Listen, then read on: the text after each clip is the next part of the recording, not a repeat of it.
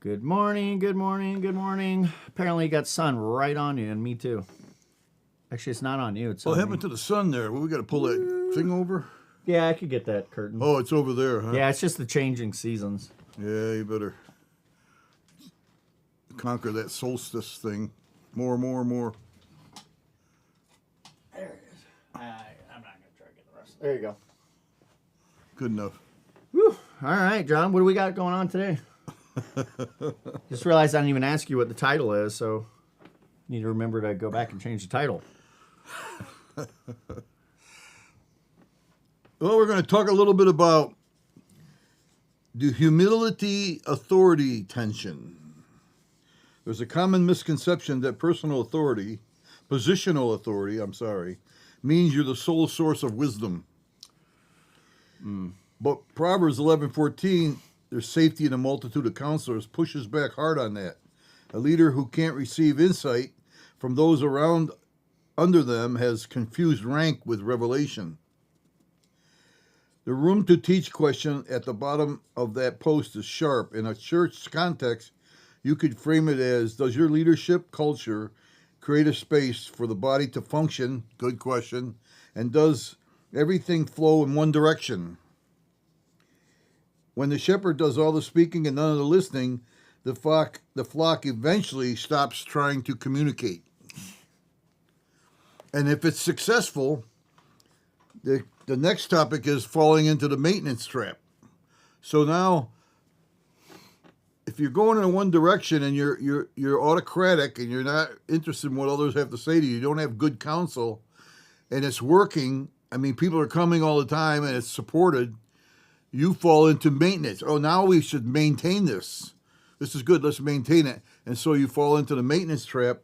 And the problem is you forgot that you got a position, but you don't have all the revelation.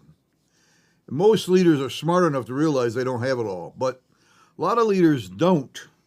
And they figure, well, let's just maintain this and maintain that. We'll just keep going like we always do. I think they're usually too busy. And they're too busy to pay attention to things beyond their normal scope of paying attention. Oh, they are too busy. They are. Probably that's a good chance that they're busy. I've definitely come to find that many of the leaders that I've respected over the years, they're like, I think they try to maintain a certain amount of varied non-busyness. Like just good open scope so that they can allow these kind of things to progress naturally. Well, if you're a leader and you don't have input and export, I mean, you're exporting something to the congregation, but the church should be exporting out to something, or you become a stagnant pond. You may have a lot going in, but the pond's just growing bigger, but it's still stagnant. There's got to be export too. But let's say you got good export. When you say export, what are you talking about? You got to propagate. Out of the organization? Propagation. You need to propagate. You need to not only, I don't want to say clone, but you want to start works as a result of your work. That's export. That's a pond that's healthy. It's got input and it's got export or export. Excuse me. So the thing that needs to be careful about people, really I'm more on the area of humility and authority, because you may have authority, but if you don't have humility, you think you got it all. You don't need more. You don't need something from somewhere else. Now, I know a pastor, he says, I read the books that they put out, and I read this that they put out, and I read that. So I get plenty of, well, you get input from books that are in your vein. You know, they're still pond water. It's hard to read a book that's not in your space that you want to be in. Like you're going to pick up a book that of the genre that you like. Yeah. And it needs to be written in such a style that you might like, or it's going to be very painful for you to read. Or you don't read it, you just cast it off because you don't. Yeah, I've got a couple books like that right now. Yeah, I've cast off a few books, but I'm just trying to get across in leadership. Somebody's telling me something. This leader was telling me something. It was very much about his direction that he's going in.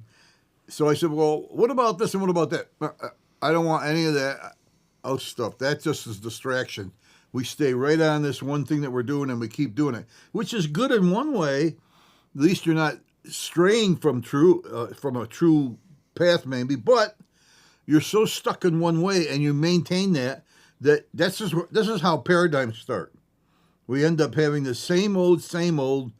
This is the way we do it. This is not the way we do it. We keep in that same traditional attitude, and we lose the spontaneity and the organism. We fall into organization, and now we've got some order in a sense, but the order is you're in charge and the rest are listening. That's pretty much it. And that's not what the Bible teaches, because the Bible is teaching, and Paul talked a lot about it, the body. And that's funny, because when a leader goes astray a little bit, the people sit there and say, well, we're the hand, but we don't need the feet. We're the eyes, but we don't need the heart. The body, one part of the body, it got schisms, and parts of the body say, well, we don't need that. We don't need that. We don't need that. And it turns out that really they do need it, and that they need to be a body. And if not, then you're not getting the full scope of what the gospel is all about in the church. I mean, I know preach the gospel, I get that, but I'm talking about when we say a church is full gospel, we're saying full Bible. I'm talking about you're paying attention to whatever else is in the Bible, in the Word, and you're trying to do that. I mean, if you just stay inward, you become ingrown, and you lose that export. You're not really making other churches happen. You're not making other things take place. You're just really an island to yourself, and you're going to lose. Sooner or later, that's not going to win. It's not going to be a successful thing. And the learner, the teaching, the leadership has to have a humility that that he's not indispensable. I remember years and years ago, the preacher came by and said, and gave us a really heavy sermon word on being indispensable. You're too important to yourself. You're indispensable. Without me, well, true. If you die, the church dissolves. You're maintaining this thing. It's about you. And that's bad. That's a bad leader. That's a leader that will not submit. And there's a key word, submission, because where submission is, there's anointing. I know it's hard for people to believe, but anointing falls where there's a submissive attitude. And I can tell you the difference between that. Submission. It's right there, yeah. Submission is a heart thing, not a yes, sir, whatever you say. Like the sergeant told the private, put a bomb under that house and blow that guy up. He said, and the private said, yeah, but you're going to kill all these innocent people just to get that leader. I submit to you, my sergeant. I submit to you, but I can't obey you. Obeying is different, and sometimes you have to obey a certain order. I like your portrayal of the military. Yeah. So that's a joke, John. You got yeah. I can promise you that's not at all how this works in the real world. Especially with Marines, it might be more like the leader going, "No, maybe we shouldn't do that," and the enlister are like, "We already destroyed that place." Yeah, well, it's up to you. Sometimes Marines are not at all what you're saying. Sometimes the private says, "Whatever he says, I'll do it." I mean, if you but look, he can't do that. If you look at it historically over time, well, then they will do it. See, look historically over time, they're busy like. If you remember, this was like the dawn of the smartphone. Now I'm totally derailing this. The dawn of the smartphone and basically the online stupid actions, and it was like 5 or 6 Marines. I'm pretty sure it was in Afghanistan. Now that I think about it, but they basically like killed a bunch of Talibans and they filmed themselves peeing on them, like with their phone, and then put it on the internet. Oh, they got in trouble for that. Yeah, they got in trouble, and I was just like. Why would they film it? Why? Every Marine out there is just like, we totally understand, but why would you film it? Yeah. It's so ridiculous. Yeah, well, that's another problem. Oh, man. What happens in a war should stay in a war. So I'm dealing with the topic of being open, submissive, willing to receive counsel. There's counsel in many, to hear from others. And someone said that's kind of like being able to cover your blind spot, because there's some things you don't know, you don't think of, you don't do, and others can come and help you, give you guidance on that, and or give you an idea that help you. And I find another thing I saw happen many times as a young leader is you hear these things, but you don't know how to do them. And so there's a bind there, because you go, I wanna do that, I want to be a part of that, but if I'm a part of that, I'll lose this section of the group, or it'll be too much for us, or that kind of thing. And in that case, I say, don't worry about it. Let it work out. But other cases where you got a good set of resource and a bunch of people, and you're ready to go do something, get counsel. Ask somebody something. Because if you don't, you're gonna miss. You're gonna have a blind spot, and when you get there, you go, oh shoot, we didn't see that. Exactly, that's a blind spot. You didn't see it, and someone did, and they're trying to give you some counsel to avoid that misstep. And if you don't have that humility, you're probably going to be a leader that likes to set up one thing. You're kind of autocratic. You get that thing going and it's successful for you. Then you do the things to maintain it. You automatically fall into maintenance. We got to keep that going. We got to keep that going. We got to keep that going. Really? Do you really have to keep that going? Do you really? Does that really make a difference in the kingdom? I'm saying there's a good chance you don't have to keep that going. And probably more things will take place. You just don't know it yet. You don't see it. You don't catch on. And it's true of any leadership. If they don't have some kind of come together and talk over the things that they're thinking about, they're pretty narrow-minded. And leaders miss a concept that there's other stuff going on, and they lose focus. Except unless they're just one-trip pony. They're one-trip horse. They got, this is where we're going, this is what we got to do to keep it going. Okay, do what you got to do to keep it going, but is it worth keep going? Sometimes we have to really look at this and say, maybe not. Let's give it a probationary period and try something else different for 3 months or 6 months or whatever. But I've seen these people get one thing going and they like it, and things are going well, pretty well, as far as they see, and so they maintain it. And that maintenance trip is a very serious thing, because that's where we get paradigms. They've been keeping this going. Pastor comes, preach, hear a message, sing a song. Thank you for the sermon. Very nice. Shake a hand. See you next week. And that's going good. Let's keep doing it. And it turned into a paradigm. It turned into this is the way it's done. It's not Baptist. It's Methodist. All these churches, Protestants, do the same thing. Catholic Church does the same. I've been to a Catholic church 20 years since I've been there. I went to one, and I went, it's exactly the same as when I went. Nothing's changed. The same old, same old, same old. And that's a problem. I think we lose significance there when we fall into maintenance. And, I don't think God calls us to be successful and perfect. I think he calls us to be significant. And it's a little bit different. Am I significant? Am I significant to the town, to the culture, to the kingdom in this area? Have I got significance that has to be looked at, has to be acknowledged? Yes. And so you need to be open to other things going on in your area or in the kingdom. Goodness, if I used to have, I got to a point in my last church, the one before the last church, where I barely got to speak once a month. I brought in different diets, one guy had steak, potatoes, vegetables, all different kinds of men coming in here and giving us a different diet. And then I would pull it together when I preach on that 1 month. That one time that I preached, I could try to pull it all together and explain it and work with it and move on from there. That is a healthy church. And there are pastors out there that won't let you speak because they got to maintain control. And I told you about this one pastor who got all these pastors together and told them he keeps it wide open and lets people speak all the time. He has an open mic and all. And he does. He used to do that. It was unbelievable how many people would come up and speak. And there were some wackos, but most of the time it was good. And so one pastor came up to him and said, "Yeah, but how am I going to maintain control? That's the point.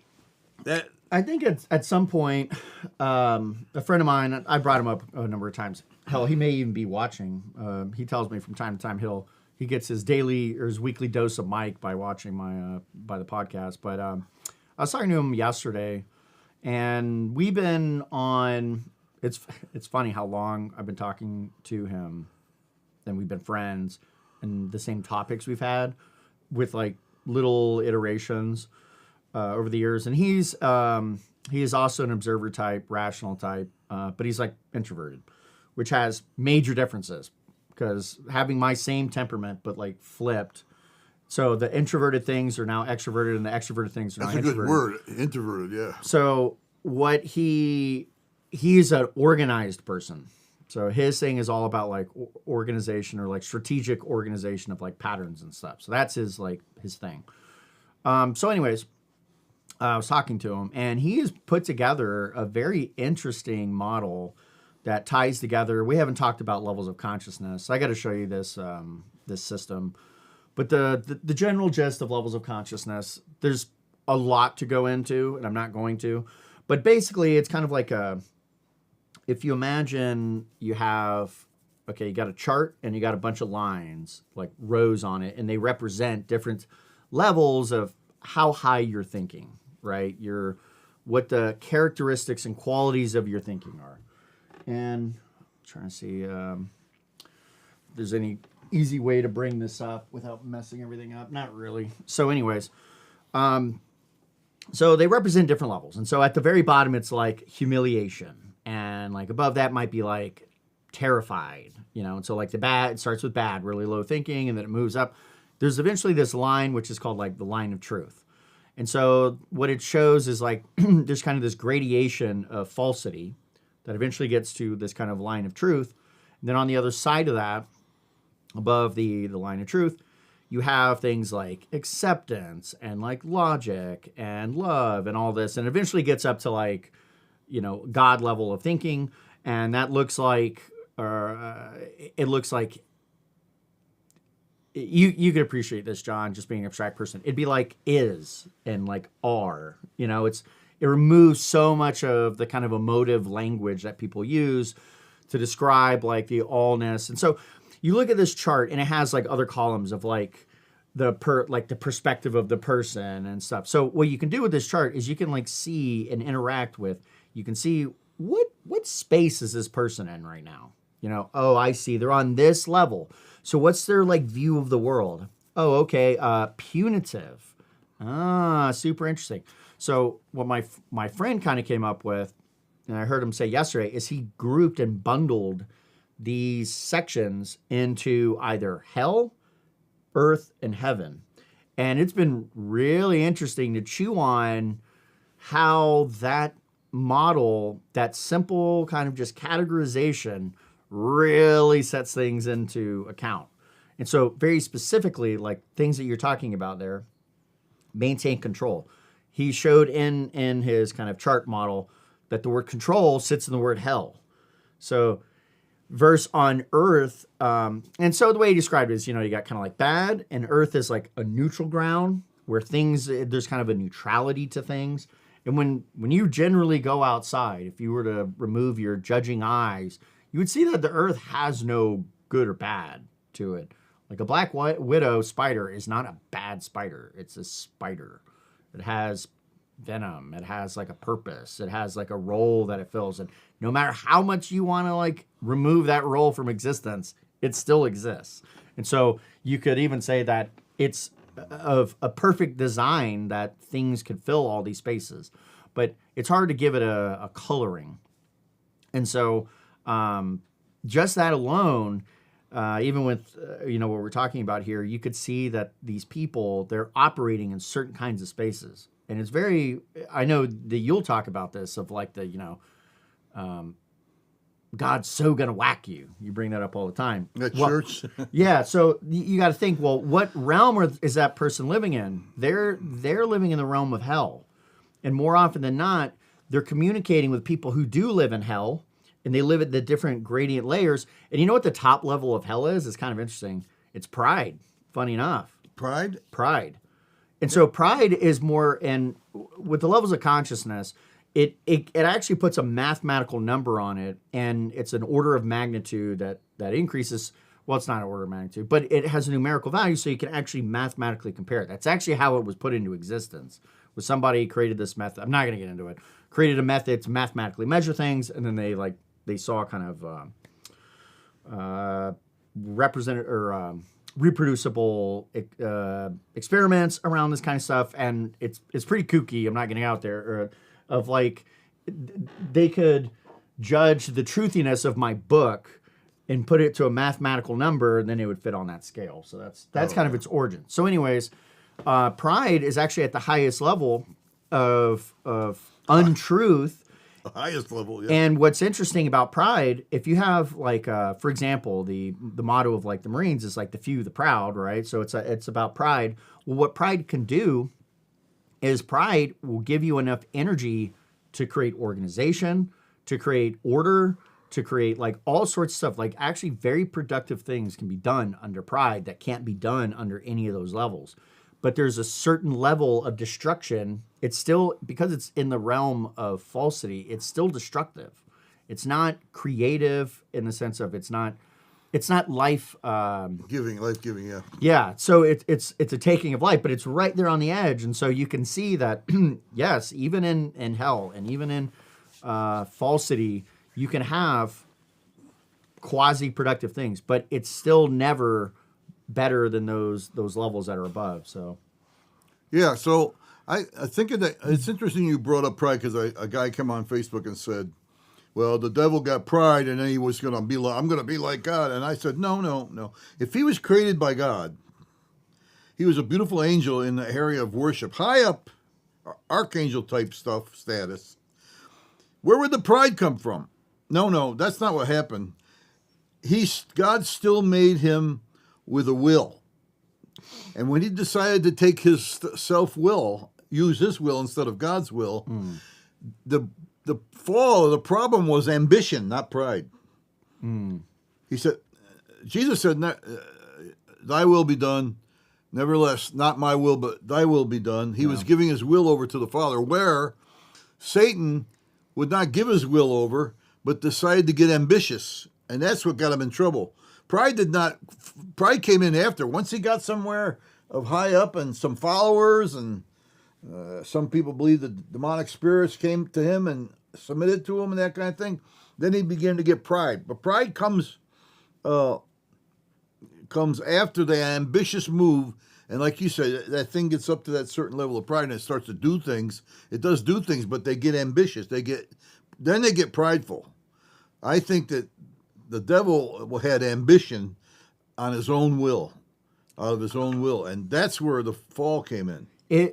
One of the things that's interesting again about I've had hours and hours and hours of analysis and reading of books and hearing his analysis on this topic.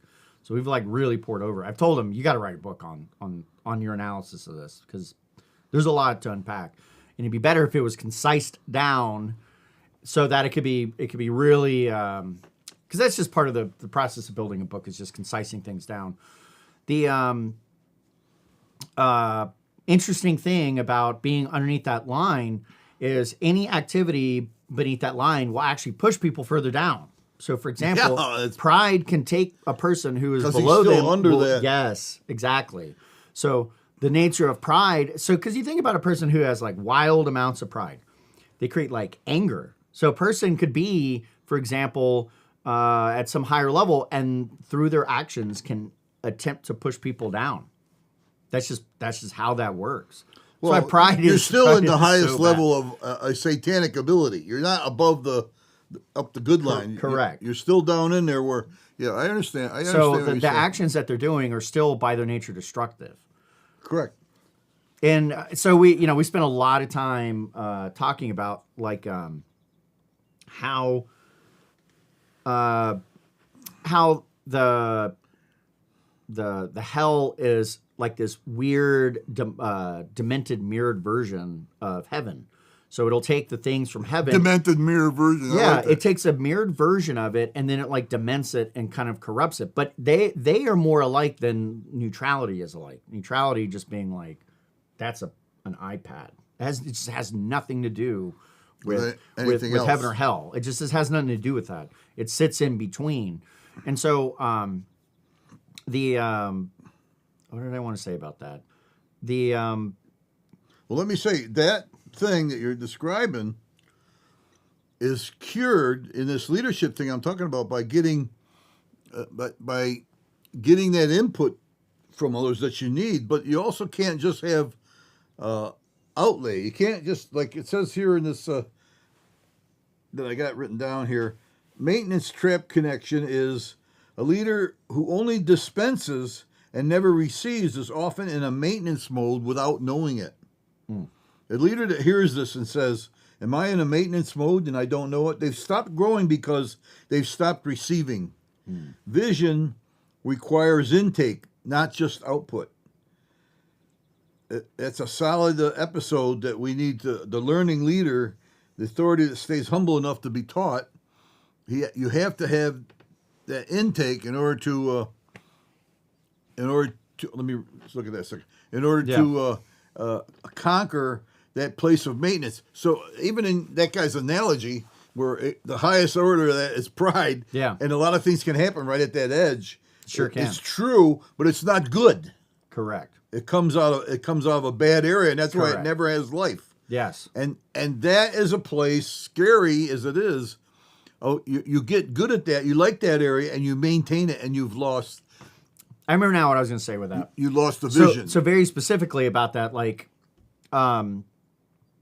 the person who is prideful will do things that start to take on heavenly type characteristics, but they do those things for the wrong reasons, and you end up getting a different result. Yeah. So, for example, creating order is definitely a heavenly thing to do, and creating and or manifesting order, but doing order for the wrong way for control reasons, not good. Yeah. Yeah. And that's where he's at, talking about the survival paradigm. His whole Survival. This whole thing is, and that's what I'm talking about. If you got survival, but you think it's success, you're stuck in a paradigm. You're maintaining something that has no life in it, and it's not propagating life. And the definition of a lively, happening church is it's self-propagating. It's indigenous in that it's self-propagating. It's happening, and it's also causing things to happen. Which we can say at our church at that level, there is a lot of good things that they put out.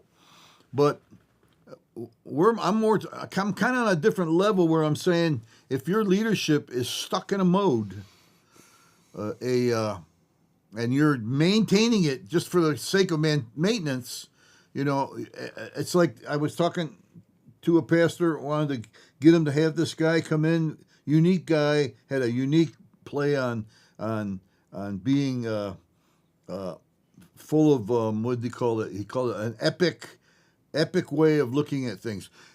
He was really great, but talking to the pastor, well, that's too scary to have him in here. He'll disrupt everything. That way we can't control it. And it's true. In a way, it was true. But I was saying to myself, well, you kind of need that because you're stuck. And I said this before, and I've heard it for years and years. A rut is no different than a grave. It's just the edges are kicked out. If you're in a rut and you're stuck and you're maintaining that, it's still not producing what you need to have produced. So here, dude, I love this stuff. When I started digging into it, I'm like, ooh, this is why we've been talking, me and him have been talking about it for 15 years. So that, we would call that level fear. It has a... what level? That level of... that's the name of the level. It's 5 up from the bottom. It's like right median in the middle of the survival paradigm. Its predominant emotional state is anxiety.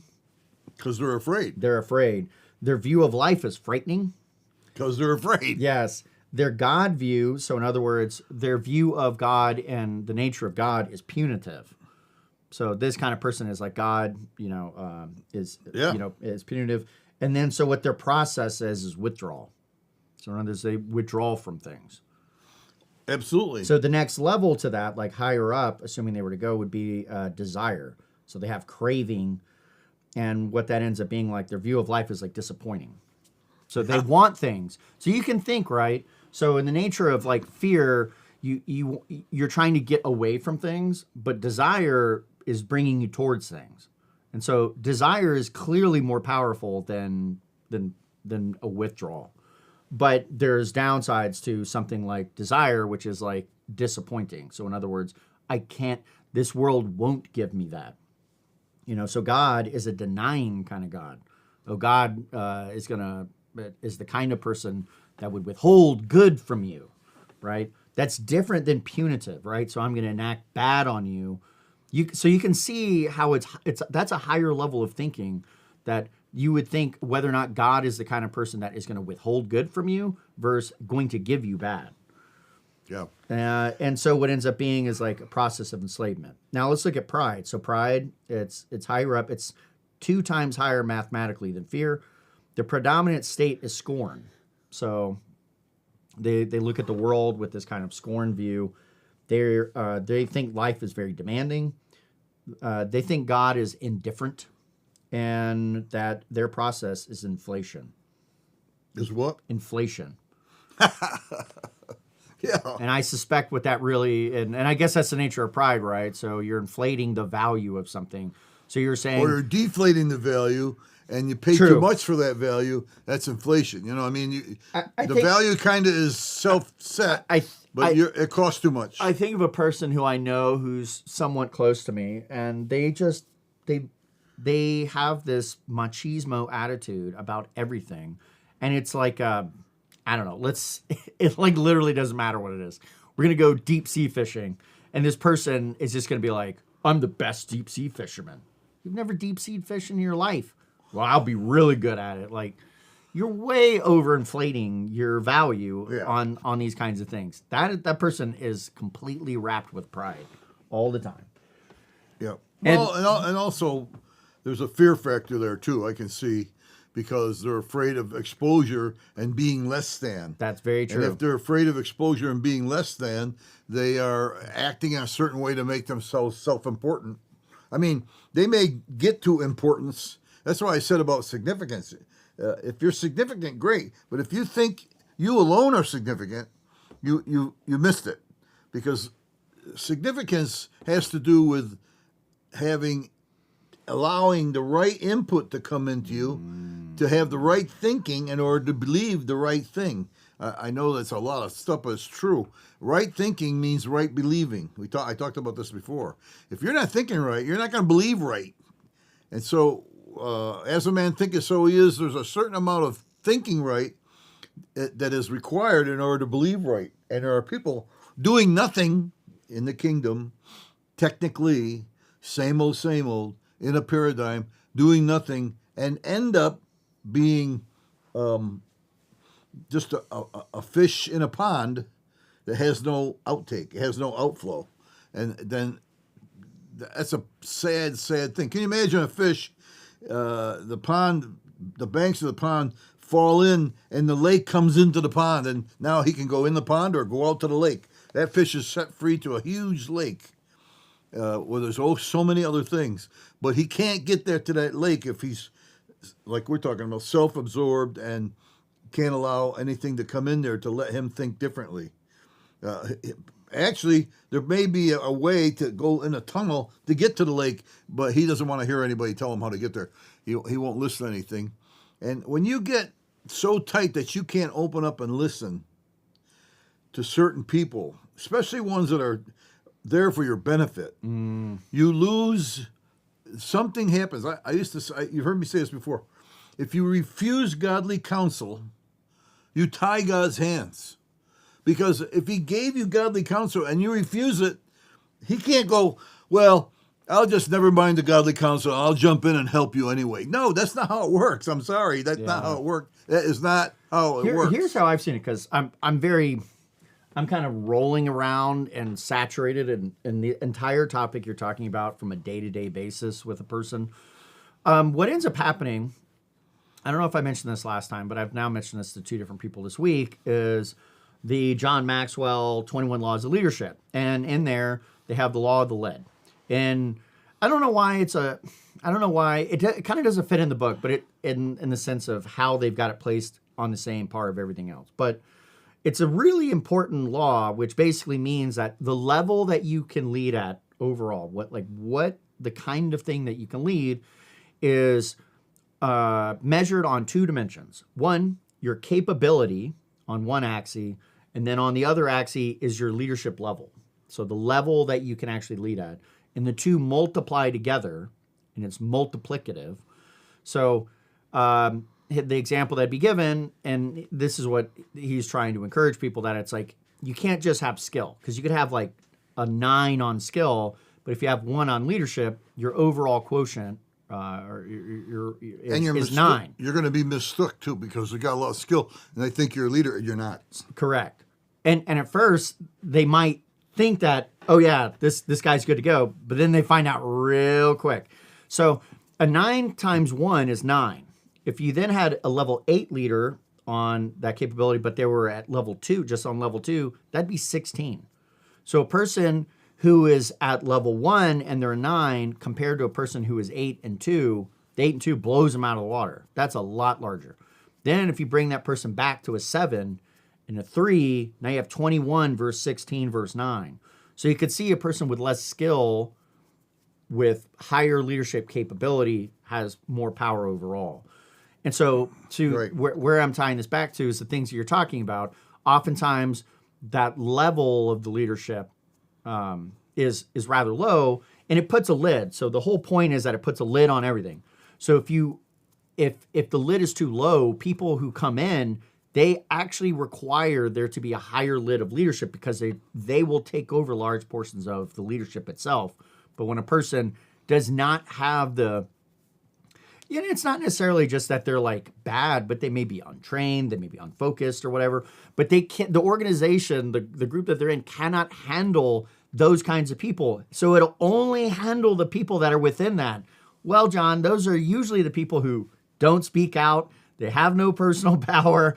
And so none of that kind of powerful work can actually go into the organization. And you miss a greater degree of viability. You miss a lot of things there. I can see again another stagnant pond, if you want to put it in there. Oh, for sure.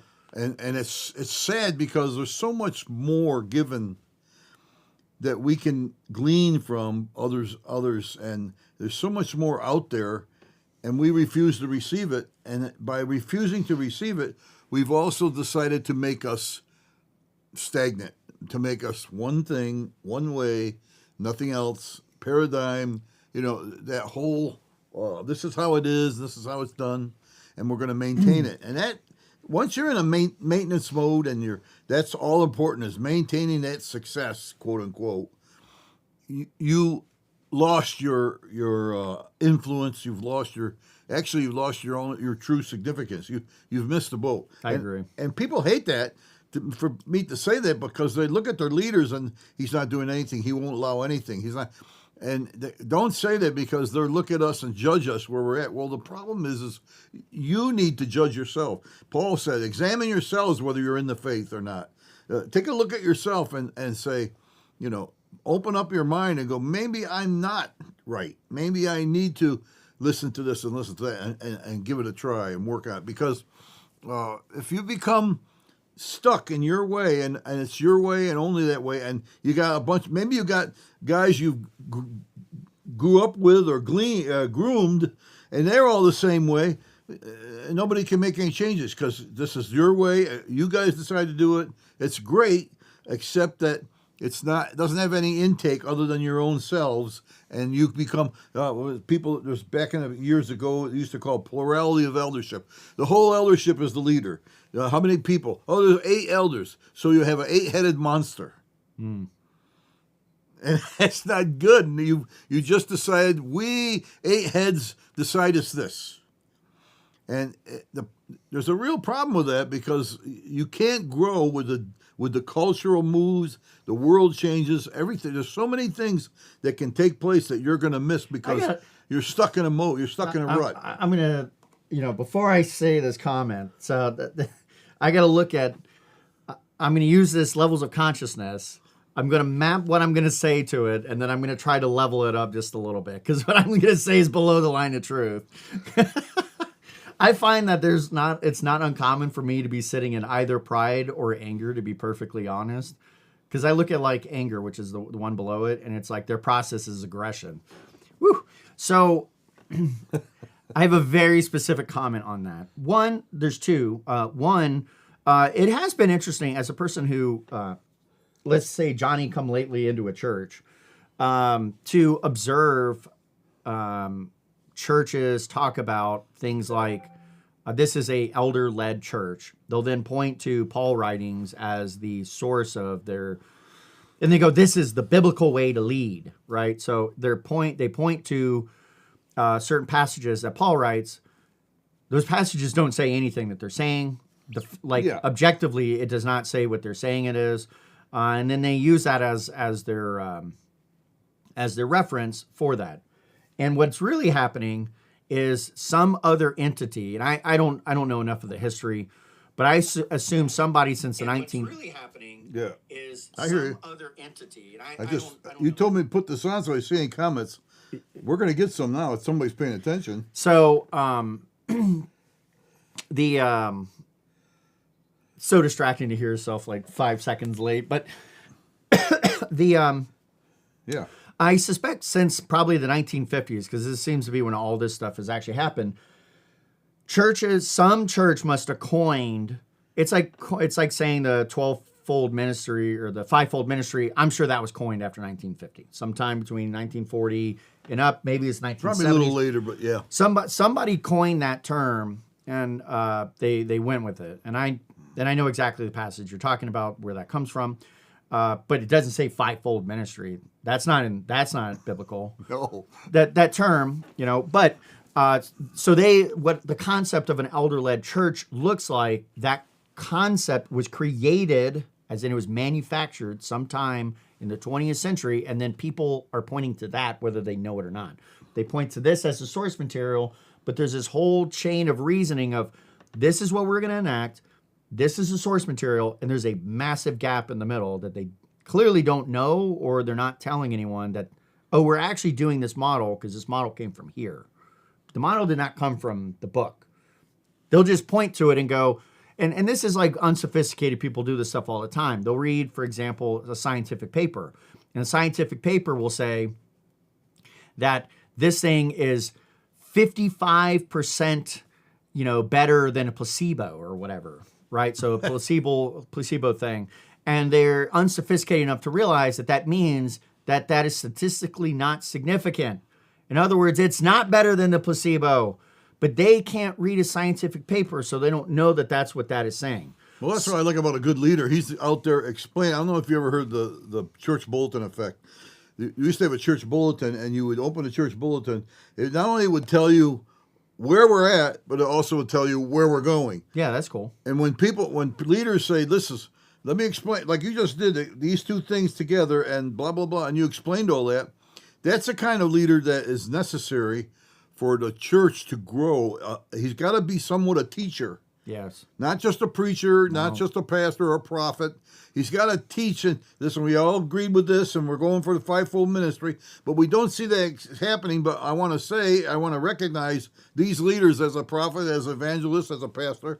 And so as we do that, I want to talk about apostle, explain it. That's a teacher. He's explaining to the people where we're at. That's the church bulletin effect. Let me open up and tell you where we're at and where we're going. This like to the point, right? Back to I was talking about with the levels of not levels of leadership, but the lid of leadership. Remember, it's 2 axes. So you can have a very charismatic people person. So their second number is really high. They could be a 9. They're like the most amazing people person ever, but they have no skills. That's a 9. Okay, so they're 1 on it, so that's a 9. And so what you just pointed out, the most obvious thing is the person who is, this is something that John Maxwell is a big advocate of, is not leading in areas and in directions you don't know anything about. It's better to instead I've already been there, so now let me help you go through the process of getting there. Not, we got to go somewhere, I don't know really how to do it. That's difficult. That's actually, I would call it perilous. It may be required, but that's not good word for that's it. not the normal way you want to do it. So in other words, I've already been there, so let me help stage equipment and explain at the different levels to get you there. That's a different kind of leader. That requires capability, which is not leadership. That's like they have to know the things and they have to become competent at the mechanics. And some of it they get just from being experienced. That is where it comes from. So back to the point though about the elder-led thing. Now the controversial comment is going to come about it is unbiblical because the leadership model is Jesus. It's not elders. And so I'll say the church we go to, I think they're completely wrong. They're dead wrong. They're made this argument because of, guess what? Not biblical reasons, but for their own little hurt and pride or whatever it is, that they made a view. Maybe this is prideful on my end. That's why I was trying to figure out how to level it up a little bit and try to just explain it maybe as logic and as out of love, that the concept of an elder-led church, which is a plurality church, is totally unbiblical. It is not to say that those people, that there's not a value for elders and all that kind of stuff. Paul points that out, but Paul did not say you need 7 people and they all make decisions. You want to make sure it's like that so that you don't have a charismatic teacher, a preacher, right? So that's the idea, is that you're going to go against that. Well, dude, that's what Jesus says. So you're saying we can't have Jesus leading the church? No, you can't do that. That's totally absurd. No, you can't do that. That becomes uncontrollable. So my friend David has brought this up to me many times, that most Christianity is Pollyanity. And Pollyanity is they forget all of the gospel. That's nice. Never talk about that. And they spend the entirety talking about Paul.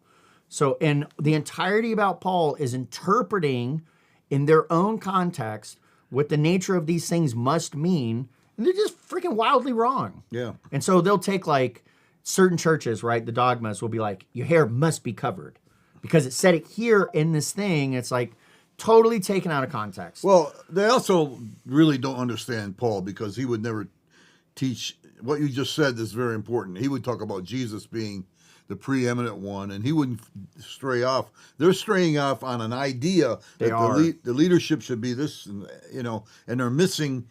I mean, you can't. Yes, the church needs Jesus, but no, Jesus takes over. You're not going to have the church that you used to have a week from now, because Jesus comes in and changes the whole venue. He does everything differently, and we, the flesh, the man, the leadership that's about man, about us, are maintaining a paradigm. Show me, just lost. I'm not going to get really aggressive about it. Show me one plurality example in the Bible. Just show me one that works. No, just one. What is one? Name it. There isn't one. Name the one where there is a plurality of names that are running it. Because I can name boatloads of kings. I can name Adam. I could name Noah. I could name Moses. There's individual names. There's none of this crap about a committee. I don't even know if the word committee even exists.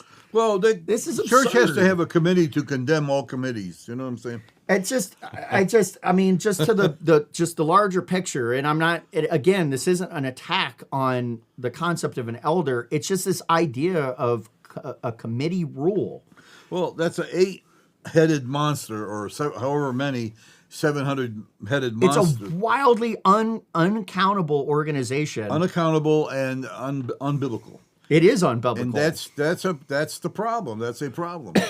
And of course, that goes back to what I'm talking about, having some humility for someone to say to you, hey, I know you're doing it this way, but it's not right. No, it's not. And you know who's afraid of doing that? Most people, because it is most people. Because you will be branded by that group as a weirdo and out there. And, Yes. and I understand that. I'm okay with that because I don't have anything to prove. Like I told you before, I don't go to church to get recognized or get a position. Yeah. I'm not into that like I used to be, but I'll be honest. But that's what it takes for someone to come up and say, hey, look, I need to tell you something. This is not working. Now, it is true. You know, I'm applying my levels of consciousness here to upgrade some of the thinking. Well, I don't know if you have a level of consciousness. You know what I'm saying? I think you So- have a level of unconsciousness. So some of this, right? It is not always the case. For example, that bringing these things up, you're gonna get war out of it. I have to be totally submit to the truth that I personally assume and prepare for war on every single topic, and that is my own hell that I live in. And that would definitely be pride and anger. I'm not even gonna lie. It's probably in the anger. I probably can't even claim pride. That'd be prideful for me to claim pride. Yeah. But it's Yeah. and I mean, this is like, I'm really laying it on the table, the truth of this. I will probably spend no less than 50 to 60% of my day in my own mind. I'm just grinding. You have no idea. I'm just like grinding away. I'm like thinking about, I'm building this, I'm building that, I need to do that. The entire time I'm having the most warful conversations in my head about 50. So I'll be sitting there and all of a sudden I'll just start saying out loud, oh, you're not going to tell me that. And again, there's no context to why I'm doing this. Now, but that is the life I actually live. Well, did you know that is signs of transition? I'm just. What does that mean? Transition I'm gonna transition explain could to be you explained in a lot of ways. When you get to that place where you're doing it all the time, it's a sign that something's going to change. Whether it's you and your thinking or Yes. your outside world or the things you're involved in, a lot of stuff starts changing when we become self-aware of our pride, arrogance, anger, of things that irritate us, of things that we're working on all the time. Yeah, if it becomes so aware of that and you're dealing with it all the time, someone needs to come along and tell you things are going to change. The reason why I know that is because as a Christian, Yeah. when you get into that mode that you're talking about, I'm always doing this and that, you're aware of it. That means that there's a new change coming, which is good. Sometimes some guy said something, I don't know who said it. Sometimes a change is better than a vacation. Because on a vacation, you kind of put it all away and just vacate and have fun. But a change is so refreshing and so excitable and so needed that it becomes embraced. And that's a true vacation. So I want to finish this because I want to elevate people's reality to this from my own lived experience, right? So I live in this hell of war forever. I maybe at one point I'm going to come out of it, but I've been in war my entire life. At war my entire life. And so I have prepared for conversations to be very bad on when they actually occur for it. And I prepared for every imaginable angle that's going to happen. And then I go and I have the conversation. And guess what happens 99% of the time, John? It's 1,000,000 times better. A what? It's 1,000,000 times better. Oh, yeah. Well, I will all of a sudden I'm like, wow, I didn't realize this was going to be so pleasant. hey, you know what? That could be an evolutionary leap. But I mention this because just kidding. if you look at it from the levels of consciousness, right? I'm sitting in this like anger state and aggression, like the world view is these kind of things, antagonistic and demanding. But in actual reality, I would put it more at like willingness, maybe neutrality and acceptance. That is in the what my friend calls kind of like the earth state. It's actually much more accepting of your criticism, because what we're talking about here is like somebody bringing up change, that people are a bit more receptive than you might initially think that it's going to be. Sometimes they're not. Yeah. But it's not.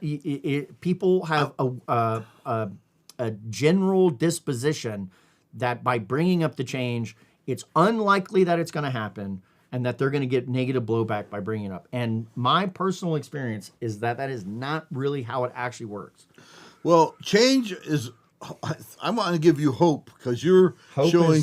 you're showing signs of change. Transitions happening. It's different, and it's different. Hopefully not from man to woman, but No. None of that. Transition. No transgender stuff. But there is a transition. I don't mean trans like gender stuff. Yeah. But a transition, a change that is welcomed. But sometimes that change can't come till you go through what you're talking about. Sure. So, because at some point you come out of that. You hear this 1,000 times on TV, whatever. They got out of the war, they came home, and they couldn't cope because war was all they knew. Yeah, that's true. But then the change, eventually they fell into the regular mode of what's going on. Yep. And they changed. And you know what? Huge suicide with veterans that come out of war because they can't handle the change and they won't change with it. Yes. And you have to make that decision to embrace change for the good of the whole. The good of yourself, your thinking, the good of your family. And when you accept that change, it's interesting because in that place of warring, you would not accept this or that or this or that. But not when you go through change, you're aware of what you're warring, and then a change comes, and you go, maybe I can let that happen. Maybe I can let that happen. Yes. And suddenly a change takes place. So By the way, saying I have the word, good hope for you. The word saying maybe puts that thing above the line of truth into willingness, which is optimism, Bingo. hopeful, inspiring, Bingo. which can create intention. Bingo. Above bingo. that would be acceptance. G5. Bingo. For forgiveness, harmoniousness, merciful, and transcendent. You then start to move into the really next levels, which is like reason, understanding, meaningful, wise, and abstraction. Yes. Above that, by the way, when you start getting into what my friend calls the heavenly states, they're above reason, which is actually a pretty interesting thing, especially for thinker types like myself. You can't actually get into the heavenly realms through understanding. That the maximum you can get to, which is very high, so it's not to try to denigrate, and that's actually, one needs to be very careful, I think, of saying, to try to denigrate understanding and these kinds of things, because you can go so far up doing that, but you actually can't move into the next levels of consciousness from that. You actually need love as the first step. Yeah. So once you get above that line, Yes. okay, below this line, way below the first part, you're totally in the self. You get That's into this, the other part. It is self-oriented, which is what he brought when up. you get into the second phase, Yes. you're dying to self, and when you finally get up that top phase, you've died to self. Jesus said, if you're going to come after me, you got to take up your cross and follow me. Yes. He who denies himself and follows me. Sure. And so there's a certain level of death taking place. Correct. That didn't take place down here because you were functional. So to that And that's point, a scary thing. I'm glad you brought that up because he mentioned that. He, by grouping it, God, I love the hell, earth, and heaven, because this is really technical and there's a lot of stuff here. You can pour over it. But just sitting on those three words, other things that he connected to it was hell is self, earth is an externality, that there are external things. There are trees. Yeah. There are whatever. But that doesn't really beget, heavenly. Heavenly is for godly things, Yeah. which is beyond just, okay, there's a house. That's factual type stuff. So you got to die to self, brother. You have to die to self. That's where transition really takes place because Yeah. there's a scripture that says nothing really matters except someone who gives up his life for others. He goes to a place where now he's no longer living for himself. And that is it's almost like, I want to say war. In a way, it's a war, but you're going through a transition. Like I said, you know about some of this stuff, and you got to get to the next line, and that line requires a death. Yeah. A death to self. You die with Christ, and a new life appears, and you go, well, this isn't so bad as I thought it was. Because down there, you think that's horrible up there. Yeah. Down under that line, you think the earth is terrible. I mean, it's okay, but it's terrible. But you get above, you know this is really good if you could get up there. And so there comes a death to self. And so God works in weird ways, different ways.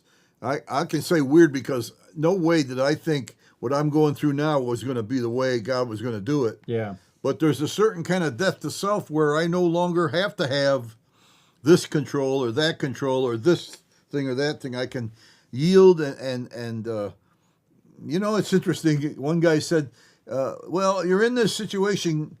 Can you love your wife better? Oh, wow. That's an interesting thought. And he said, yeah, because when you die to self, you realize that you're free to love in a way you never loved before. If you don't have a wife, then it's a different story. You love others. But once you do die to self and you love your wife differently or better or more, you've entered into, you've passed from death to life. You've gone from what you were to a new change, if you will, to a new person. And that's really crucial. And again, we're back. If we want to talk about leadership, leaders have got to go through a death principle in order to get to a next step and another level. And they can't do that all by themselves and only themselves. And this is how, and they're in a maintenance mode and they're scared to move out of there. These are the hindrances to actually it's a hindrance to die to self. You're actually happy with what you're doing and you keep maintaining it and you're afraid to die to self and all that. Yeah. But God has a way of bringing this about. So I wanted to bring this up because the death to self thing, and it kind of feels bittersweet or something. You know, maybe it's a little sweet, maybe it just the self hurts over it. So this whole last week, I'm like, I want to plan this vacation. I'm turning a certain age this year, so I'm like, okay, I might as well go do the crazy birthday or whatever. And so I'm supposed to take one of my older daughters also on a vacation. So I'm like, okay, let me combine the two together. And there was a bunch of different kind of stuff that kind of came about of all this. But so I put it together and I was like, you know what?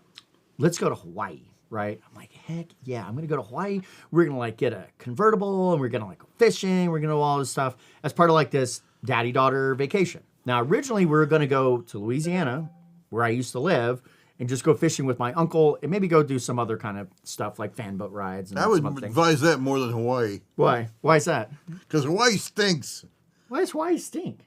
Oh, it's beautiful. It's 80 degrees. It's beautiful, but it's so narrow-minded. It's got one thing going for it, and that's all it's got going for it. What, tropical island? It's an island, an island paradise. That's what it is. Yes, John, I want to go to an island paradise for my birthday instead of a dirty swamp. If you want to. So anyways. Oh, yeah, well, that's true. So I used to live in Louisiana. So for me, going to Louisiana is not really a vacation. I live there. So it's not a vacation. So anyways, so I go to my daughter and I'm going to skip a little bit of the story where I kind of start talking and kind of prepping her for it because she assumes that we're going to go fishing in Louisiana or whatever. So I was like, hey, we're really going to go to Hawaii. And to see this kid's face, she just was like, huh? What's that? I was like, there's no way I could take this child. Immediately I was thinking, I can't take this child. I can't spend the kind of money it takes to go to Hawaii and have this amazing Hawaiian vacation with that child. One, it doesn't, because it had no impact on her, she's never going to value it. She's just going like, okay, we're going to go to this place I don't know. So it's a little uncertain, but then it's like, okay, what are we going to do? Fish? But we could fish there. So she can't really see how there's this magnitudinal difference. And so one, I'm like, okay, the money's not worth it. But then I was like, well, okay, well, would you rather go fishing in Louisiana then versus fishing in Hawaii? And she's like, yeah. And I'm like, well, I guess I'm not going to Hawaii then. So for me, I kind of have to subjugate the way better vacation because she sees it as a better vacation to go to Louisiana. Did I ever tell you a story about Wonder? So these 5 kids are in with a babysitter in the bedroom. The babysitter runs in the door and shuts the door, and the little kid goes, just a little one, 2 years old. The rest are nonplussed. But then she says, something chased me in here. And a couple other younger kids go, oh. They got a sense of wonder. And then the older ones are like, okay, whatever. And then she goes, it was a human-eating, man-eating wolf. Very large, very big. And suddenly the other kids started to get a face of wonder. And the story was about wonder. Sometimes you only have to run the door and slam the door, and a kid some kids get older, they lose their sense of wonder, and you have to elaborate how bad it is out there and what's going on before they go. So I probably if you developed a picture, Yeah. you know what I mean. She would also go, wow, that's So Well, I don't disagree. That's like leading them where they're at. The kind of expectation would be like, for example, if my parents, let's say I was 17, right, a little older, my parents were like, "Hey, we're gonna go on vacation to Hawaii," and I'd be like, "Heck yes," because I've developed my own through the own process, my own going through life, developing that understanding and pulling it out. So there's certainly I could build the case to go to Hawaii. There's no doubt about it. yeah, no doubt about But that. the reality being is like, well, maybe we go later. I may still go to Hawaii. That I don't necessarily have to prevent that, but I'm not. The reality being is like that vacation it's about both of us, but it's mostly about them. So they're driving actually the location of what to do. Like us going fishing, that had not. To be perfectly honest, yes, I wouldn't mind fishing, but I want that to be like that much of the vacation. Yeah. That's just not. Yeah, I mean, I like fishing, but and I also want to do fishing that she can't do. Like I want to go marlin fishing. You can't bring a 9-year-old girl, no. other than like her taking a picture. But for her, because she came back and independently told me last year, I went to a roller coaster park with my oldest daughter because that's what she wanted to do. I was trying to go camping.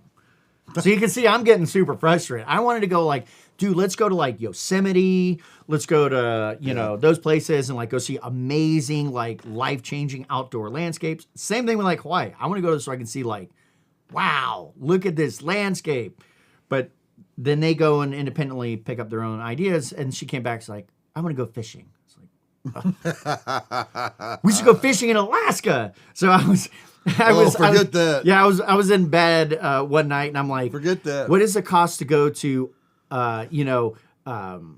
Ireland and Alaska and Newfoundland? And so I was building these plans to go like, if you want to go fishing, let's go fishing. But then my wife's like, you shouldn't do this. You just go to Louisiana. One, it's significantly cheaper. I don't care about the cost because I want the experience that I know going to some totally rural lake in Alaska and fishing. That's an experience. Going and hanging out with my uncle, I've done that. Yeah, well, it's not about you. It is not about me. If you take her, it's got to be a little bit about her, or a lot more. A lot it more. is a lot more. But she also doesn't know, which is to your point, she doesn't know what makes an incredible experience. Yeah, no, she doesn't. It's true. Hey, I would actually love to go fishing with my uncle because we're gonna catch a lot of sac-a-lait, and then we're gonna have a fried fish dinner that is like the best fried fish dinner you can have. But I also know that I'm not going to leave it up to my uncle for us to have an incredible adventure. Well, you can take me fly fishing somewhere, but not Alaska. You don't want to go to Alaska? Wyoming, maybe. I don't know anything about fishing in Wyoming. Oh, my goodness. It's fantastic. I mean, I wouldn't mind going and doing ice fishing up north on the lake. If you're talking cold, I'm out. I'm out. I gotta take off, so Okay. we're getting there at 9:18. Yep. I guess we better sign up, but may the Lord bless you and keep you and make his face shine upon you and give you a better countenance. We'll see you.